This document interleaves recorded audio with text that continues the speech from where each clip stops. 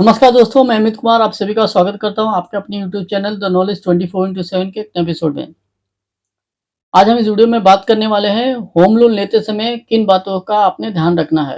दोस्तों ये वीडियो बहुत इंपॉर्टेंट है, आप ये लिख के लीजिए। अगर आपने इस पॉइंट्स को अवॉइड किया तो भविष्य में आपको पछताना पड़ सकता है। तो इस वीडियो को अंत तक जरूर देखिए। अगर आप होम लोन लेने के बारे में सोच रहे हैं या भविष्य में आपको कभी होम लोन लेना है तो मेरी बातें ध्यान रखिए। कभी भी आप होम लोन लेने जाते हैं तो अपनी इनकम का 30% से ज्यादा ईएमआई हरगिज न ले। उसका फायदा क्या है, मान लीजिए आपका 1 लाख सैलरी है और आपने ईएमआई लिया है महज 30,000 का और आपका घर का खर्चा है 50,000, तो हर महीने आप 20,000 रुपया बचाकर यानी साल में 2,40,000 रुपया आप अपने लोन अकाउंट में रीपे कर पाएंगे। और जो आपका 20 साल का लोन है वो महज 7 से 8 साल के अंदर रीपे हो जाएगा। आप होम लोन लेते समय प्रॉपर्टी सेव इंश्योरेंस जरूर लीजिए। बहुत लोग क्या करते हैं कि प्रॉपर्टी सेव इंश्योरेंस नहीं लेते और उसे स्किप कर देते हैं। ये गलती हरगिज ना करें।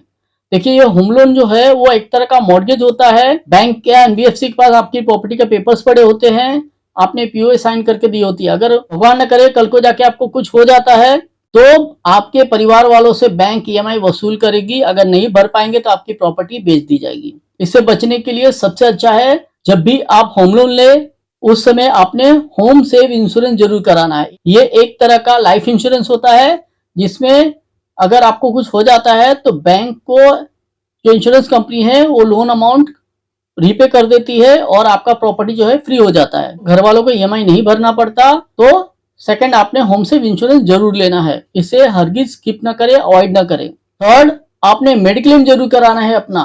दोस्तों अपने 20 साल के करियर में मैंने देखा है बहुत सारे लोग मेडिक्लेम नहीं लेते और गलती से अगर वो बीमार पड़ जाते हैं या किसी तरह का उनके परिवार में हेल्थ इश्यू आ जाता है, उसके वजह से उनको फाइनेंशियल लॉस होता है और वो ईएमआई नहीं भर पाते। तो आप ये गलती ना करें। जब भी आप होम लोन ले या नहीं भी ले रहे तो एटलीस्ट हेल्थ इंश्योरेंस जरूर करा लें ताकि आपके परिवार को फाइनेंशियल क्राइसिस से बचाया जा सके।